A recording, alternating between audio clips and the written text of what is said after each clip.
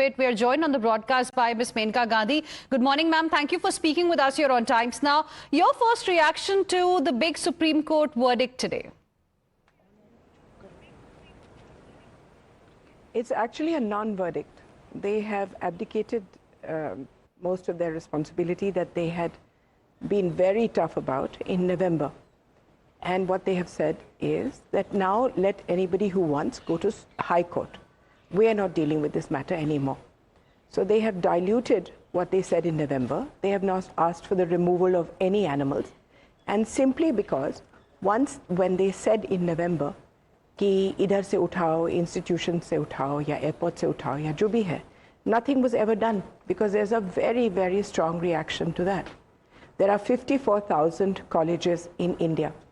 Not one college removed any of their animals because there's an animal welfare movement in every college.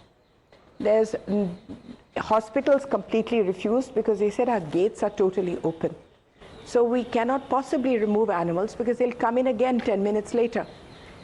So how should we do it? Railway stations said we can't do it because there are 10,000 people coming in every day. And animals go where there is food. So all the three institutions that they had said, bus stops, railways, educational institutions, they all refused. Now in the face of that, there was national non-compliance, both by governments, by people, because it's not possible what they had said. Okay. On the other hand, not a single city, a single district or a single government made any shelters.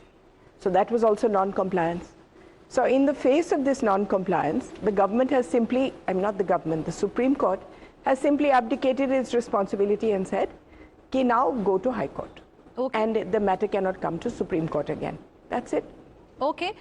You're saying that the Supreme Court has abdicated its responsibility. You're saying Supreme Court has diluted what it had said in November. But then at the same time, what do you make of the comments that were made on implementation of the ABC framework? The Supreme Court has made it very clear that every district in this country should have one control room, and non-compliance will lead to some kind of punishment. Contempt of court was also mentioned. Beta, ऐसे है कि I agree with them totally.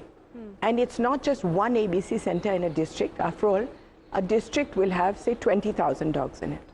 You can't do it in one center. Even if you do 10 operations a day, you can do maximum 150 a month. So you're going to need at least 3 centers or 4 centers.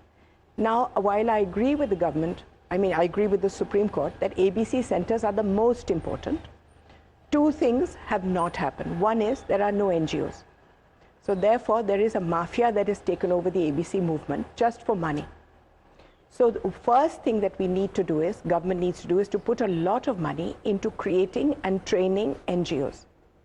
There are already 3 good centers built up, one in Lucknow, one in Ooty, one in Jaipur. These can be used for training. So one is training is necessary. You have 780 districts.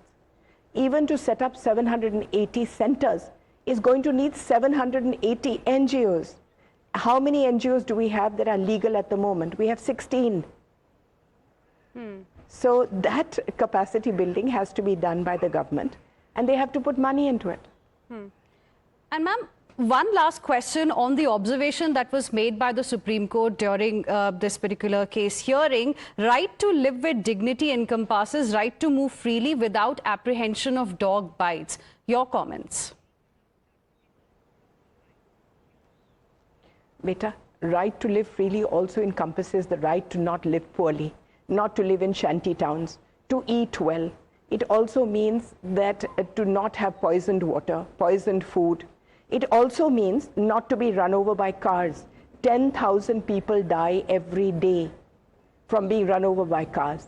So in a utopian society, there is a right to life with dignity.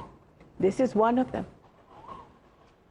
All right, we'll leave it there. Thank you very much, Ms. Maneka Gandhi. Appreciate you speaking with us here on Times Now and sharing with us your perspective. Thank you for joining us.